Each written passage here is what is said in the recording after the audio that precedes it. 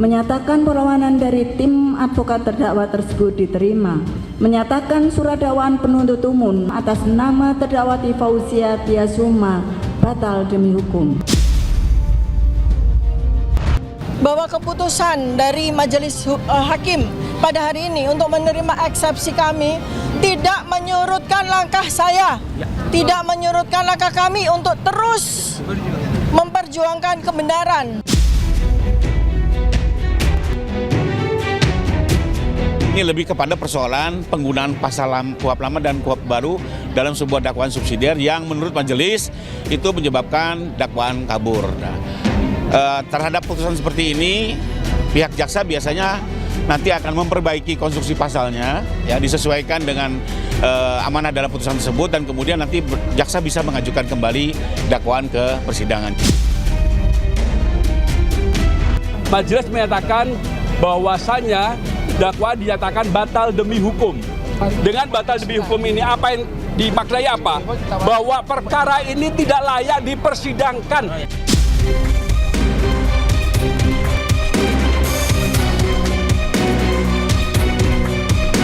Kalau buat mereka itu kemenangan itu hak mereka, ya. Bahwa untuk sementara kan begitu. Tapi kalau sudah masuk dalam pengadilan yang pokok perkara, ini kan sudah masuk pokok perkara. Nah, putusan sela ini hanya memberhentikan sebentar terhadap kecacatan daripada surat dakwaan dari jaksa penuntut umum.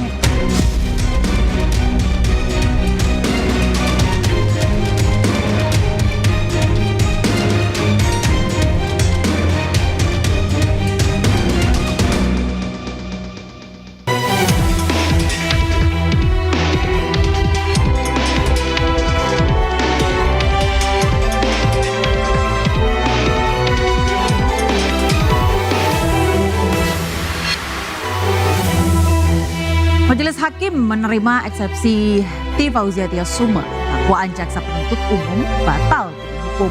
Apakah ini akhir dari perkara atau hanya jeda sebelum pertarungan hukum kembali membara? Kita bahas malam ini pemirsa bersama saya Aya Nufus, inilah Interupsi.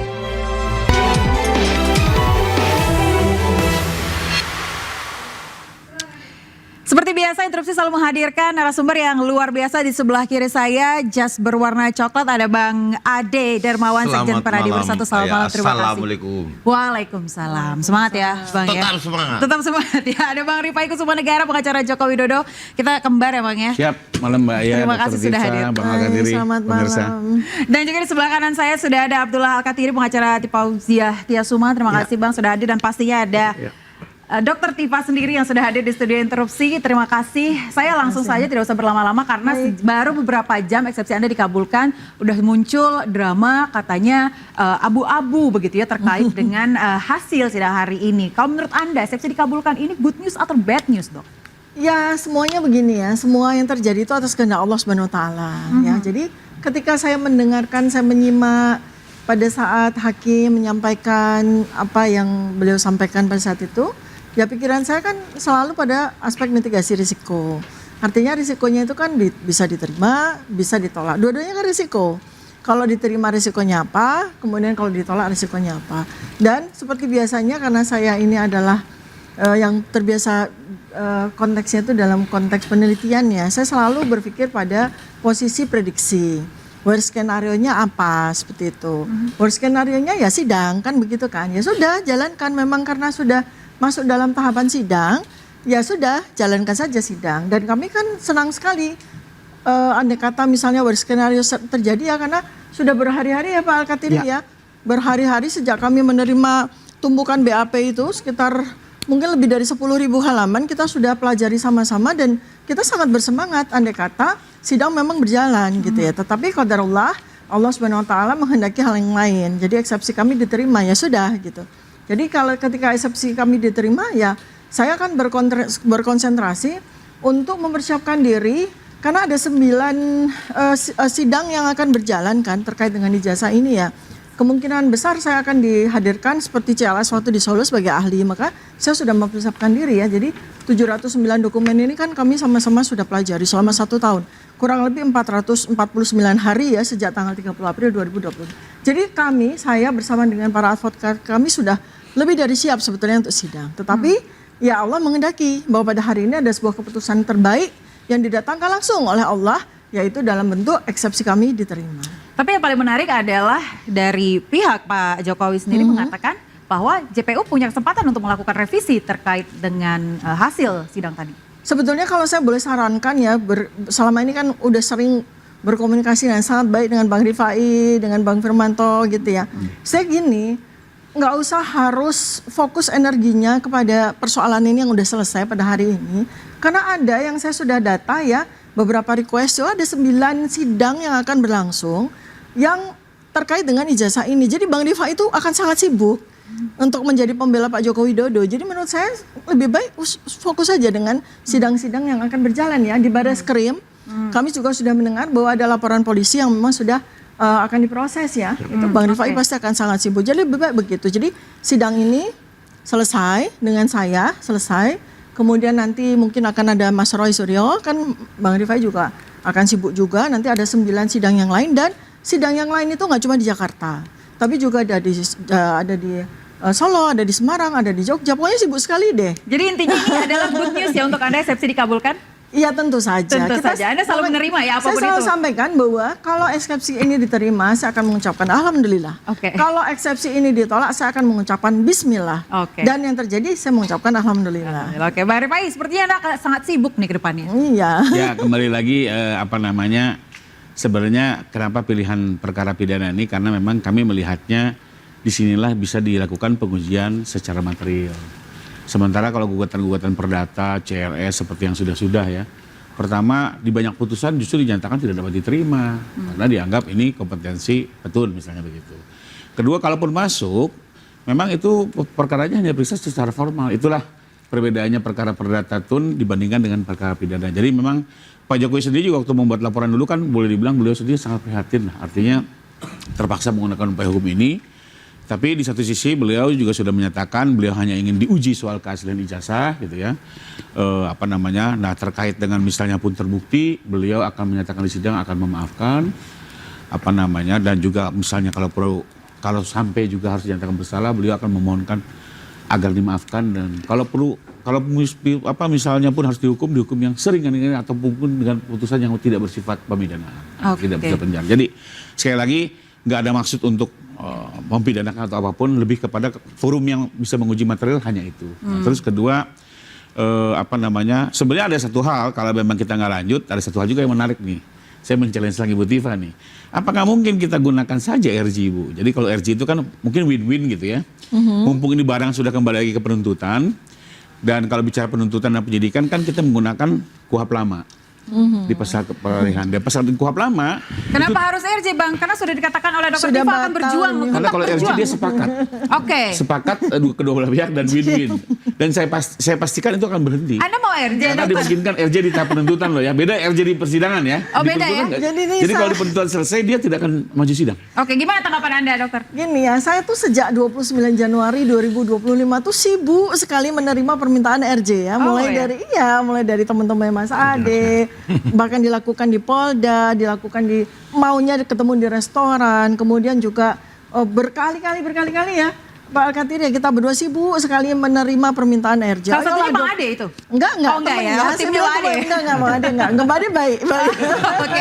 Ya itu, lalu kemudian tahapan setelah para teman-temannya Bang Ade ini udah selesai, lalu kemudian ketika kita pelimpahan itu juga kejaksaan juga menawarkan kepada kami untuk RJ.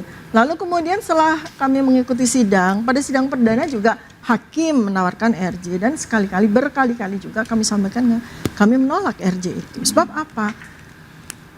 Tidak ada yang perlu saya mintakan maaf ya. Karena apa? Bukti-bukti ini ya, 709 dokumen ini itu sudah kami pelajari. Justru saya selalu bilang, ya selalu saya katakan, ini kalau sampai sidang, ini sebelum sidang ya, ini kalau sampai sidang kasihan Pak Jokowi, kasihan negara ini, kasihan saya bilang. Beliau akan bolak-balik untuk hadir selalu kepada persidangan karena beliau jangan lupa beliau itu sebagai saksi pelapor, beliau wajib untuk hadir dan akan kami tanyai 709 dokumen yang sudah kami data tuh menghasilkan 2.000 lebih pertanyaan. Lalu jika persidangan ini dihentikan, Pak Jokowi tidak hadir, bagaimana Anda melihat ini? Ya, Pak Jokowi harus siap-siap juga karena 9 tuntutan laporan yang sudah kita juga dengarkan dari beberapa pihak itu nggak melulu perdata, nggak melulu citizen lawsuit ya, ada beberapa pidana juga gitu ya. Jadi saya pun juga udah siap-siap untuk menjadi ahli. Dan tentu saja saya akan memberikan yang terbenar, saya akan memberikan yang teradil, saya akan memberikan yang terjujur, terutama dalam hal posisi saya untuk memberikan penjelasan scientific base terkait dengan 709 dokumen. Ya. Oke. Boleh saya lanjut nggak? Oke, boleh. Saya mau tanya tanggapan Bang Adi dulu sedikit. Boleh, silakan. Meskipun nanti apabila memang persidangan ini berhenti begitu ya, Pak Jokowi juga tetap harus siap-siap karena masih ada 9 yang sudah, persidangan lagi yang harus dihadapi. Bukan saya ya, tapi kan saya udah berkali-kali sampaikan. Kalau TIFA sampai sidang akan muncul TIFA 1, TIFA 2, TIFA 3, TIFA 4, dan ini udah terjadi. Oke, silakan tanggapannya Bang Adi. Ya, Mbak ya, kalau kita berbicara terkait sidang, tentunya itu adalah konsekuensi bagi Pak Jokowi ketika melaporkan tentu dia harus siap. Itu yang pertama. Yang kedua, Pak Jokowi juga nggak sabar kok untuk menantikan ini. Terus kemudian kalau dikatakan bahwa ini akan lama, saya rasa energi Pak Jokowi juga masih cukup untuk mengikuti itu. Tetapi kalau dikatakan ada 2.000 pertanyaan dan lain sebagainya, kan tidak begitu prakteknya. Bahwa semua pertanyaan itu harus dijawab dalam peradilan itu kan bisa keberatan juga. Artinya kita untuk berupaya seolah-olah hati-hati loh Pak Jokowi. Pak Jokowi tidak takut dengan hal itu. Kita juga sudah. Terus kemudian dikatakan berhenti. Apakah ini berhenti? Ketika kemudian ada interupsi. Iya, silakan. Saya Bang Ade, ini saya bicara sebagai dokter. Saya bicara sebagai silakan, dokter. Bu Tifa, saya biar saya jelaskan dulu bahwa Pak Jokowi tidak akan pernah gentar juga untuk urusan seperti ini. Kenapa? Ini adalah harkat dan martabat beliau. Ya kan? Interupsi yang dituding-tuding, Anda harus memperhitungkan kesehatan beliau didatangin yang di sudah kuburan, ya kan? Sejak berbulan-bulan saya marwah keluarga pun dibawa-bawa kita harus kasihan kepada Pak Joko Widodo. Jadi kita harus kasihan kepada usia beliau yang sudah lansia. Pak Joko Widodo yang kita kasihani, yang kita kasihani justru ibu yang kita kasihani. Sudah bukan advokatnya Pak Joko Widodo. Beliau karena ibu yang harus sebenarnya konsentrasi dan mengatakan bahwa ini sudah selesai. Bagaimana bisa selesai? Lihat aja nanti. Artinya begini, saya bicara dengan Bang Rifai aja yang advokat langsung dari Pak Jokowi. Bahwa kemudian persoalan ini tentu masih ada pasal yang pengen manggung terus kan orang ini Pak Bang. Diperbaiki nggak atau tidak? Ya kan? Bang Ade, bagaimana Anda yakin bahwa Pak Jokowi ini siap? Siap. Karena di beberapa perjumpaan kami sama Pak Jokowi, kita selalu mendiskusikan hal tersebut bahwa tidak ada masalah. Concern dari Dr. Tifa terkait dengan kesehatan beliau seperti apa Bang Ade? Pak Jokowi sekarang 99% sehat, sudah pulih. Oke. Baik. Interupsi. Oke, baik, silakan Bang. Enggak, tadi tertarik masalah pertanyaan yang mau 1.000 mau. Pertanyaan hakim tidak bisa membatasi, itu hak. Kalau emang belum selesai, kami pernah menanyain satu orang itu berhari-hari. Karena belum selesai, minggu depan datang lagi. Itu pernah. Jadi bukan mengancam ya. Ini berdasarkan pengalaman. Ya, kemudian seperti contohnya putusan tadi itu kan membuktikan bahwa di situ itu Bu Tifa ini benar. Secara formal ya minimal. Ya kan? Dan secara moral juga gitu loh. Dakwaan itu bukan pembuktian benar atau salah, Bang. Bang Al-Kartiri interupsi sebentar. Bang Al-Kartiri jangan ngomong seolah-olah putusan setelah itu adalah penyelesaian perkara tidak bersalah. Putusan akhirnya itu dakwaan yang dinilai oleh hakim bahwa itu obskur atau tidak jelas. Batal demi hukum itu ngerti nggak? Batal demi hukum itu sudah pemahaman masyarakat. Batal demi hukum itu karena adanya dianggap tidak ada transformasi antara KUHP lama ke KUHP baru, sehingga tentu disinilah kecermatan putusan akhir daripada hakim itu, tanya Mbak Rifa ini yang datang, adalah batal demi hukum. Apa artinya? Dianggap tidak ada itu dakwaan. Nggak ada. batal demi hukum. Berarti JPU Oleh sebab juga tidak itu, bisa melakukan revisi terhadap hal ini. secara formil dan moral ini benar. Oke. Tapi bukan berarti apa ya? Kan konteksnya beliau pada ini surat tetap dakwaan meyakini. Bang Al-Katiri. Beliau ini tetap Interupsi. meyakini Kan itu bahwa konteksnya memang pada surat dakwaan. khususnya pada foto itu bermasalah. Yang Oke. dikatakan Bukan batal, berarti dengan tetapi adanya bukan ini masuk pada selesai. pokok perkara dan pembuktian, Iya. gitu Itu kan loh. Kita juga harus memberikan pembelajaran faktanya kan hukum tidak kepada sampai masyarakat. pokok perkara. Bagaimana fakta hukumnya Bang Rifai? Oke, jadi pertama sebagai sesama rekan sejawat saya perlu mengapresiasi Bang Al-Katiri Iya. dan tim. Oke. Karena sebagai pengacara, Bu Dokter, beliau berhasil mengkoreksi dakwaan jaksa. Oke. Itu perlu kita apresiasi. Inilah fungsi pengacara melakukan check and balances terhadap penegakan hukum yang berjalan. Oke. Sekalipun kami dalam posisi berbeda, kami tetap harus mengapresiasi. Oke. Dan kami menghargai betul putusan pengadilan ini sebagai bentuk koreksi agar kedepannya dakwaan ini bisa disempurnakan. Oke, berarti Anda setuju Sejujurnya- bahwa ini cacat ya? Memang saya melihat ada persoalan penggunaan delik yang sama. Oke, ya. delik. Kita akan bahas lengkapnya pemirsa, tetaplah bersama kami di Interupsi.